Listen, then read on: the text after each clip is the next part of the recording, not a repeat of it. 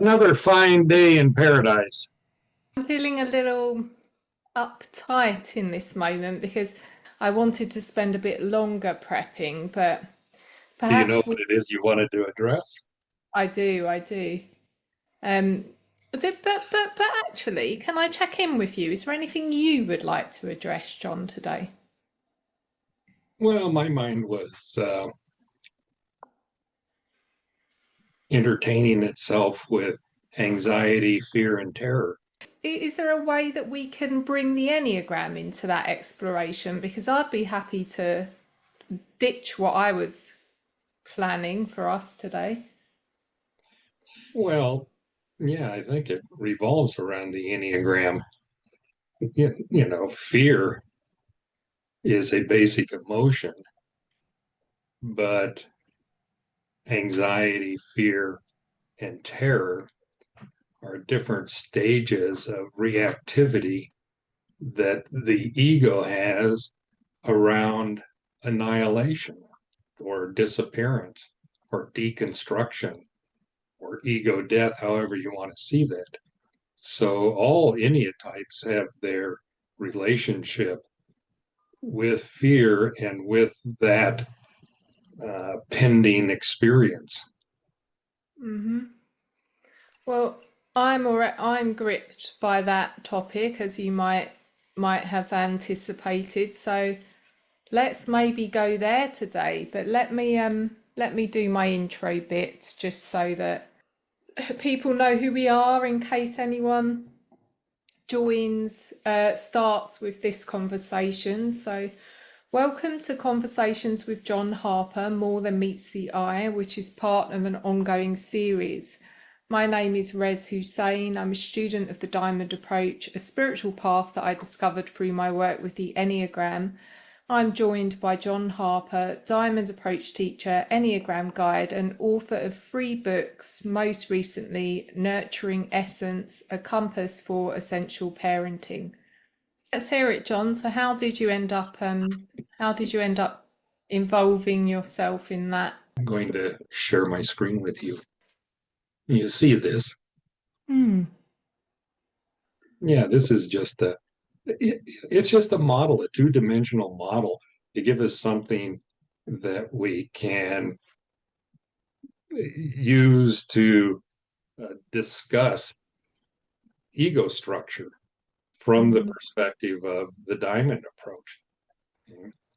So this center here represents uh, the ground of reality, space, the absolute ground.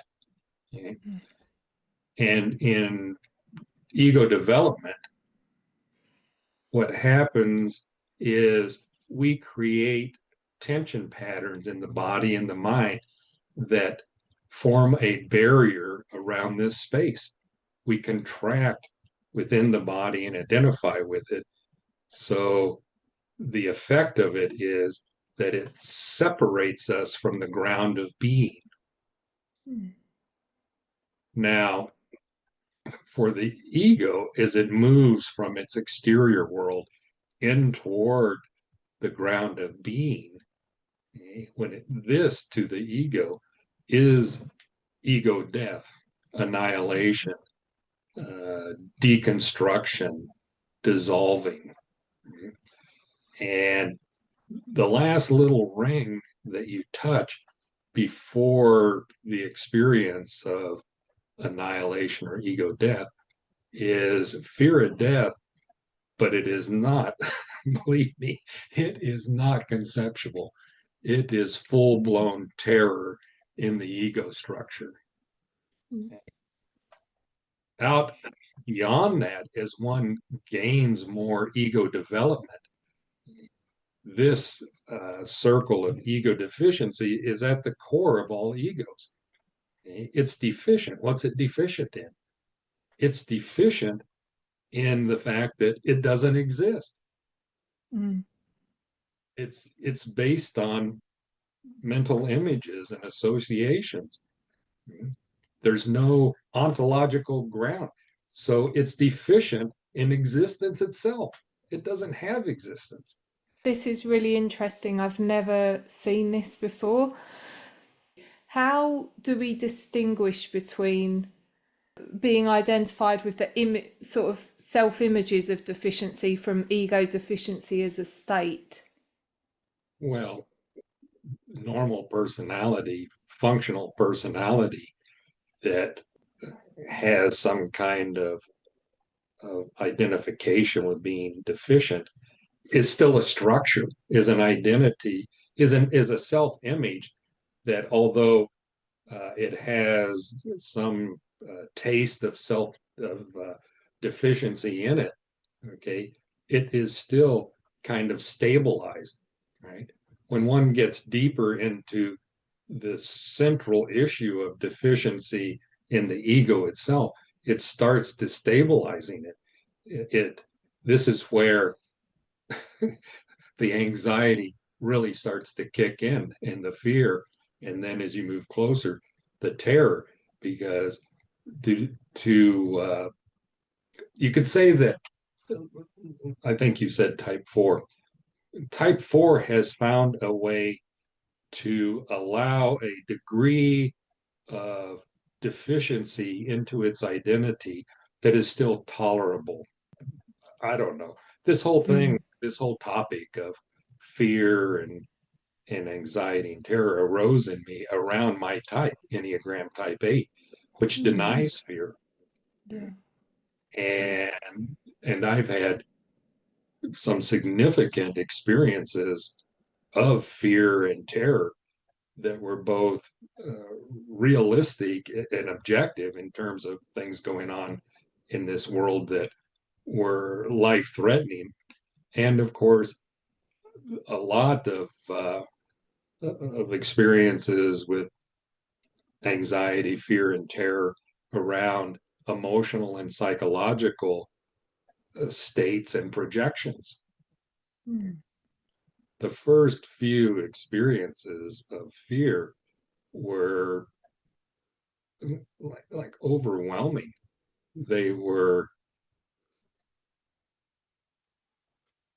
I couldn't tolerate it. I'll give you an example. This is a riot. My first Enneagram training with Helen Palmer. I go to Boston. We're in this, uh, I think it was a Jesuit monastery or something. And I meet this six. I don't know much about the Enneagram. I probably haven't been aware of it for 6 months when I go to this training that she's doing. Maybe a year, I don't know. But I meet this six. All right. And this, I'm standing in line, and it's like, hey, what's your type? Da da da da da. And I said type 8, and I knew immediately she was type 6. I could barely stand next to her. Her anxiety was such that it was driving me crazy, Mm. just because the 8 has a sensitivity to like body energy, that type of thing. Mm. That's interesting. Yeah. I'm standing next to this 6, and she says, "Oh, I wish I was an 8." And kind of flippantly and without thinking, I said, "Well, let's just trade for a day. You be an 8 and I'll be a 6, right?" Oh man, it's like the universe just did that. And for 24 hours, I felt like I was a bunny rabbit in front of a crocodile, you know, Oh my just God. shivering with with fear rippling through my body. And it totally discombobulated my thinking process. There was no way to be present. Mm. I was one messed up individual. And I was very happy when the 24-hour period ended and I could go back to my defended 8 position in life. Mhm. So that was an entry, a taste of, ooh, what's it like to really experience fear at a phenomenological level? Not not holding it at a distance, Mm, not immune to it, not all armored up and thinking about being some kind of spiritual warrior and going into battle and all that type of stuff. No. What's it like to actually embody that energy into a system that has been wired to not experience it? Okay? It was totally discombobulating. yeah. That experience is what got you involved in this exploration. What's got your attention on it this week? Because you said it's been on your mind this week. No, what arose today? Uh, Let me real quick run through the rest of this Yeah, diagram. yeah, that would be great. Yeah, yeah. Okay, so we have this ego deficiency, which puts another layer of insulation around the annihilation space. Okay, so the ego deficiency is actually more tolerable than the annihilation space. But to tolerate the ego deficiency requires a maintenance of the separating boundaries and dealing with all that and trying to get away from this. It's like the ego is trying to move outward away from this. Okay? And the ego has this collection, endless collection of attempts and strategies and tactics to move away from this. And it's frustrated because reality keeps changing or challenging those. It requires constant maintenance. So there's an energy of frustration built into the ego structure in its attempts to move away from this. And that Mm, frustration over time creates, uh, in this case, creates what we call hatred. And hatred is a distortion of a particular essential quality that we refer to as the black, which has three main qualities to it, which are mystery, beauty, and power. Okay? So the hatred turns into self hatred because, and Freud picked up on this with his death wish theory. Okay? Like the ego has a death wish. Okay? It wants to do away with itself. And that gets tricky because the further we move out on this, we become more and more identified with the body. And that impulse for the ego to move toward its own death and dissolution, to move back toward its ground of being, gets uh, identified with the body. And that, many people have off themselves because they have a death wish and they think it has to do with the body, where in mm, reality, it has to do with all of this fake self image and identification that's going on in the structure. And to get rid of all this tension, both in the nervous system and the body, that is holding this identification structure together. And the black essence, okay, its function is to come in and erase all of that psychic content so that there's just clear, peaceful, mysterious, deep, endless space in the mind. You're back to the ground of the nature of the mind. That's where this black essence is trying to take a person, but it gets distorted and comes out in the ego version as hatred, which mm, hatred in the ego realm wants to annihilate.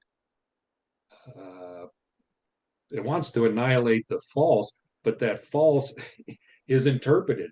This is wrong. I want to get rid of it. This is bugging me. This person, I hate this person. I want to annihilate them. I mean, if you look into hatred, it's all around a distortion of this whole path back to what's real. Mm-hmm. So as we become more and more identified with self, and we believe ourselves to be this external self that's being uh, constructed, we develop what we call in the Diamond Approach the false pearl, which is all these collections of what we might say are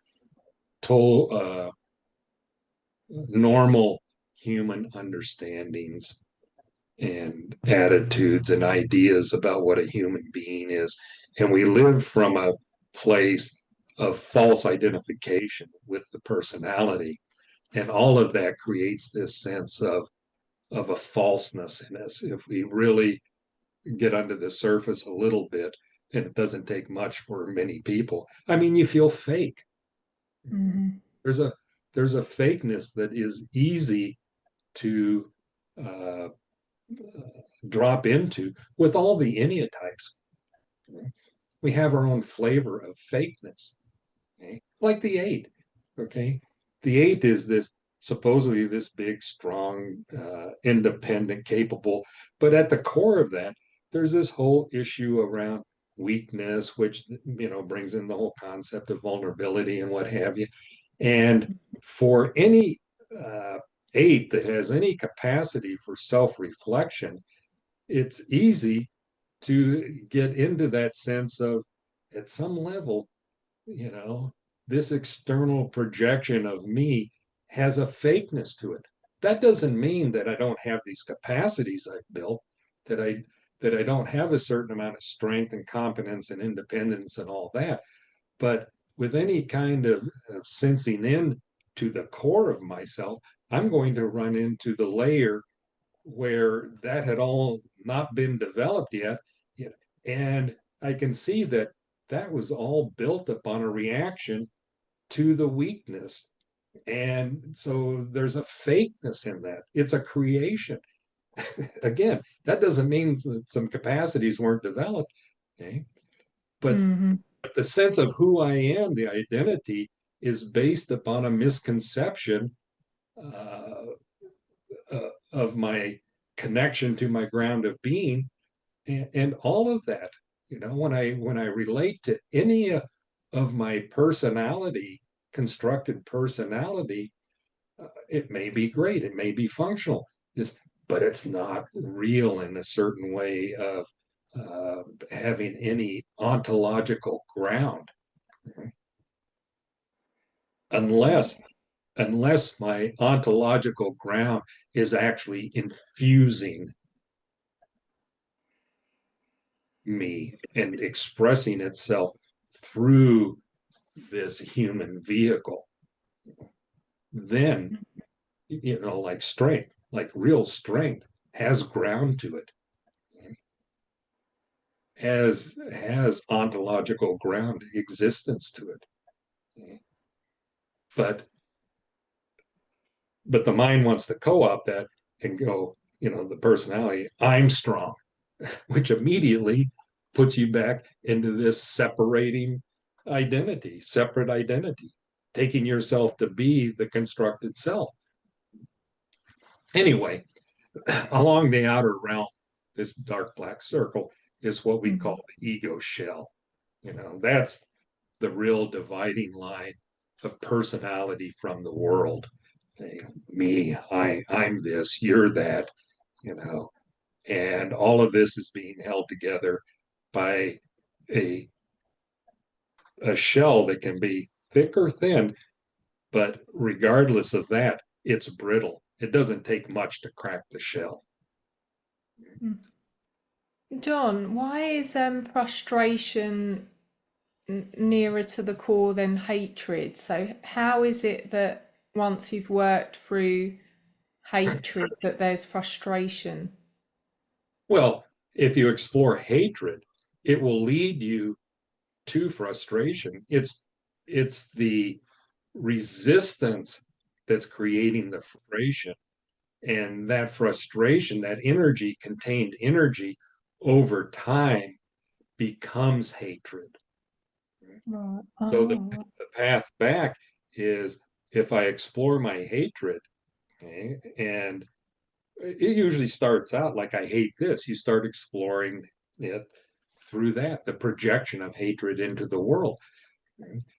But then you get closer and you start exploring self-hatred. And when you get into that, when you can explore, and you believe me, you need a lot of ground to explore this. It's one of the few paths, the Diamond Approach is one of the few paths that actually addresses something like hatred in a experiential, phenomenological way. And you need uh, a really good holding environment and support system and a lot of presence to take this journey that's represented on this, especially if you're exploring hatred, because there is such a powerful, incredibly powerful identification with the body, and it is easy to trigger that whole death wish type thing, which bleeds into the body. Okay? So you need support, and you need a certain amount of experience of coming and going with all of this to build up some resiliency and some capacity to move into the depths of this hatred, to reveal the fact that the ground of this hatred is frustration. And and, and every level of this is more tolerable than the one below it, you know. So it's much Yeah. easier to tolerate hatred than to tolerate the frustration. Mm-hmm. Mm-hmm. You know, tolerating the frustration is like me tolerating that fear in my body. You know, it just discombobulates you. You know, you want to jump out of your skin. Uh, Anything to end that experience sounds good. Mm-hmm. Maybe switch the share screen off now, just so I could see you because you're tiny on the I'm a um tiny guy. you're a tiny guy. That I really appreciate seeing that diagram. So what's put this on your fresh on your radar this week? Can I ask? You know, Rez, things just arise. Yeah, right. Yeah. You know, it's not I like I figured. sat down and thought about something. It's like, you know, I'm minding my own business, and all of a sudden there are a cascade of thoughts happening around uh, fear and terror, and then of course anxiety, which is a more removed state.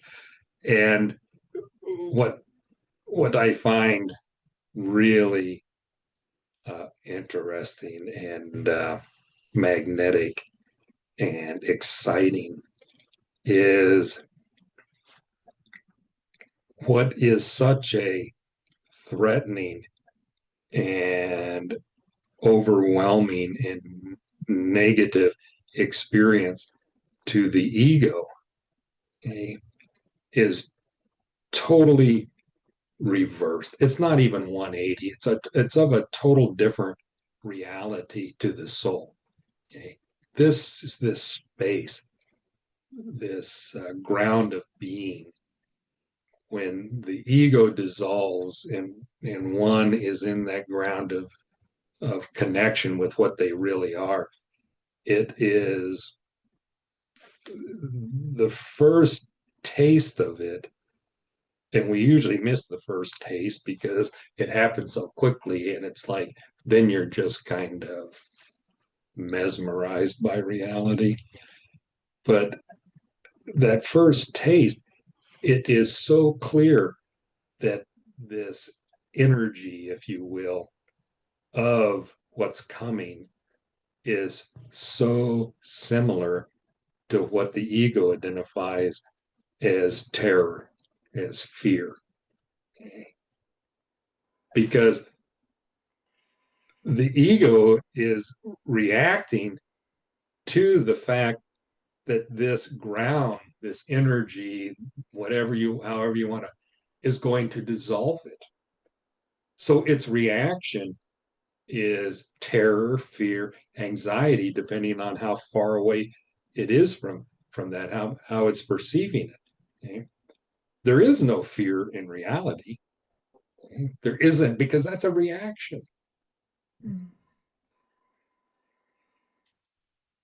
So what they say what's needed to relax the ego is love. There's a whole teaching on a diamond vehicle called the stupa, which is about ego boundaries and how love can help dissolve and calm the ego down so this transition can take place. But I want to back up real quick and mention that what we're talking about, this model applies to all egos. So it applies to all 9 Enneagram types. It's just different flavors. Okay? And the path back through these different levels and layers will have particular flavors depending upon the Enneagram type. What frustrates me is not what frustrates a 3. They have a whole different set of things that frustrate them. But the closer and closer you get to ego death or ego annihilation, you talk about reducing things to their most common element. Fear and terror becomes the common element for everybody making the journey down into this space. What I have found is I don't think it was love that supported me in the dissolution. I think it was the magnetism of the mystery,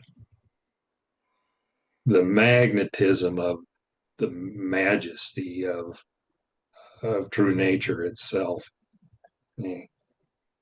And one of the first qualities, like the first quality that I really connected with, which was way out on this onion we were just looking at, and because I was so armored up, so disconnected from myself, had such a limited, totally screwed up range of emotions, that compassion, being introduced and working with compassion, is what was needed to start relaxing things, opening up this defensive posture, letting myself be impacted by others so that I could actually find that empathetic connection with things that were happening in me, to go, oh, okay, I can feel this now. I feel that person's pain. I feel that person's, I look at somebody that is suffering when I'm 20 years old, right? Now I had this spiritual kind of awakening at 19, but that didn't enlighten me or anything. So when I'm 20 years old in college and what have you, and I might see somebody that is suffering, I wouldn't feel anything, like, go take care of yourself, knock off all that crying and whatever it was. When I looked at people that were suffering from poverty or what, it's like, get off your ass and go make some money. It's that type of limited, constricted range of being that type of person that needed compassion to soften it up and work on it and open it up. But somewhere along the line, I had a run in with beauty that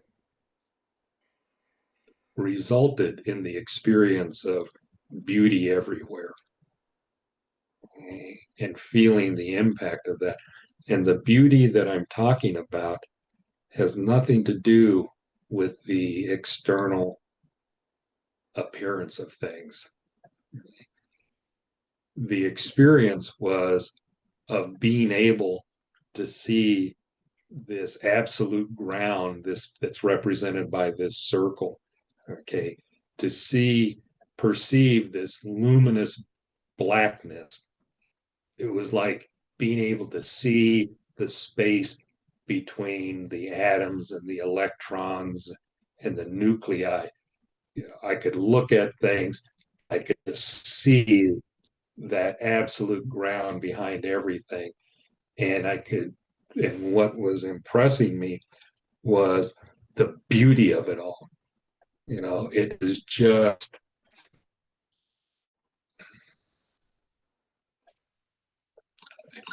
it's intolerable for the Mhm. external consciousness. Mhm. It will erase you because that's the function of the black essence, is to erase that content in the mind. So everything gets erased in beauty or mystery. Okay? And in the quality of the black that has to do with power, the distortion of power in the realm of the personality has to do with power over others, using a false type of power for one's own aggrandizement or positioning, where true power has to do with just the power to be. Nobody has dominion over your power to be. And this is what people like uh, Mandela and Viktor Frankl discovered under dire circumstances. Mhm. You can mess with all kinds of things in my life, but you have no power over my power to be. And again, that has nothing to do with the life or death of my body. You know, you can take my body, but you can't take my beingness.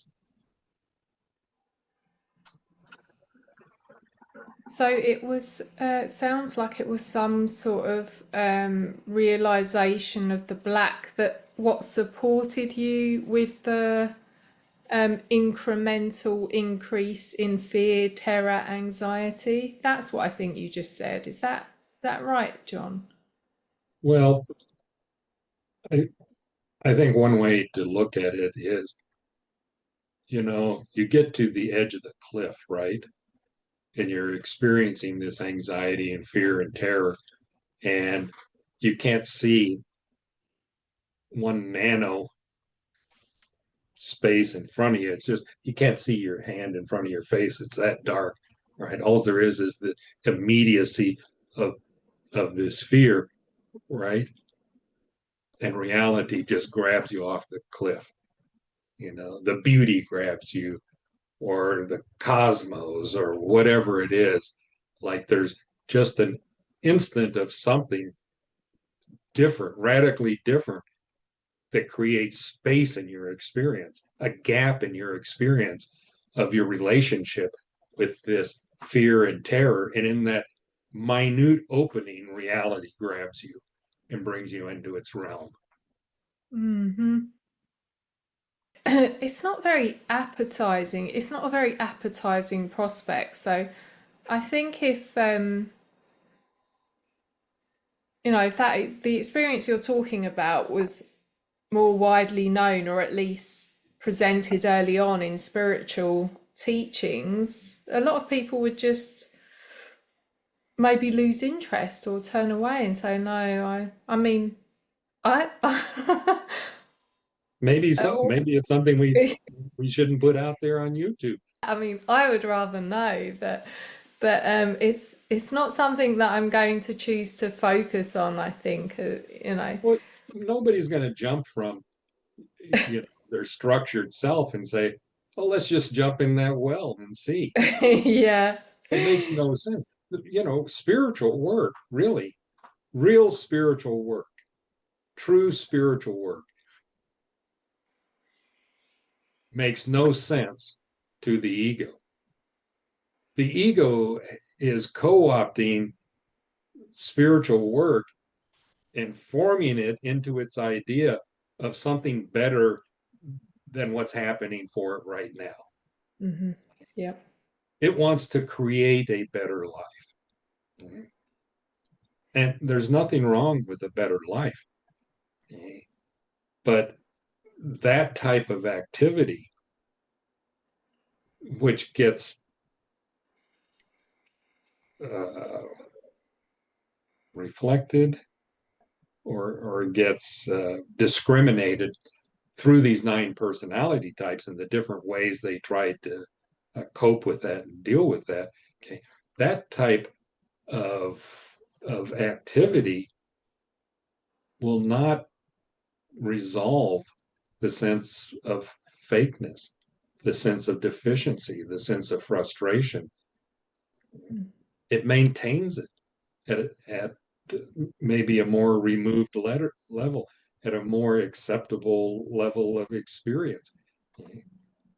But when one starts moving deeper into all that ground, then it starts amplifying again and revealing its real power over us. But spiritual work is not about improving your life. Your life might improve. Like a lot of people that study paths like the Diamond Approach or do therapy or different body work or different things, or on spiritual paths that employ things like this, their life improves. But don't lose sight of the goal. Don't lose the connection with wanting to know what you really are, to wanting to know the ground of reality. And that's why in the Diamond Approach, we talk about the love of truth. If that isn't what's motivating you, you're going to find some level of tolerance that I like this. I want to hang out here more. This feels good to me. And it could be way more functional. It could be way more rewarding, but it will not be ultimately satisfactory. It will not lead to ultimate peace and contentment. Only returning to the ground of what you are will accomplish that. Yeah, that makes sense. It's bringing up a question I've had for a long time, which is why do you get people that have been in paths, including the Diamond Approach, for any path for years and years and years, and they don't progress. Progress is like kind of an ego evaluative term, but it's just genuinely interesting to me. Is it because of that reason that you've just said, like some part of them has just stopped being interested in what's true? And Well, you could probably reduce it to one thing.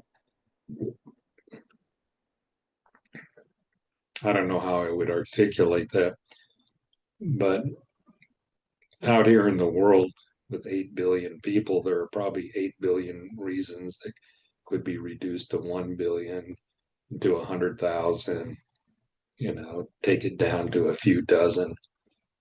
But, everybody, this is one of the interesting things about the Diamond Approach. And one of the things that the Enneagram tries to reflect and make clear to people is that regardless of our similarities, we are each a unique individual consciousness. And our path is unique to our consciousness. Nobody follows the same unwinding. Even though this model points to something that is common, the way one moves from the surface to the depth is not linear. Right? It is the unwinding of the soul that is very particular in how it addresses this misidentification. It's just unique. So I know one thing that I got curious about early on in the Diamond Approaches. Some people left, friends of mine, people in my group, because it was too intellectual. I went, really?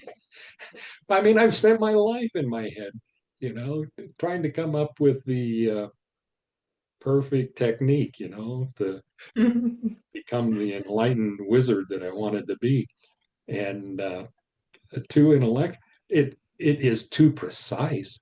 Now you could say that that's too, you know, Hamid articulates things very precisely, and he's doing that not as an intellectual exercise, but to help you tune in, to tune in as close as possible to taste the phenomenology of what he's pointing to.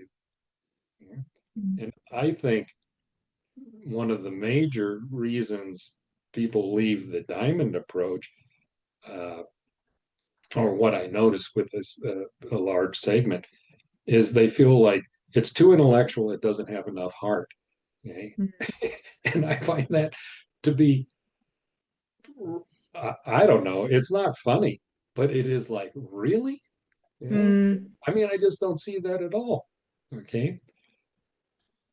But again, the shift for me, which happened and is happening now over more than a 20-year span of time, is actually getting it. It's all about phenomenology, not conceptuality. It's all about being impacted. Okay? Like in this diagram, okay, to drop into reality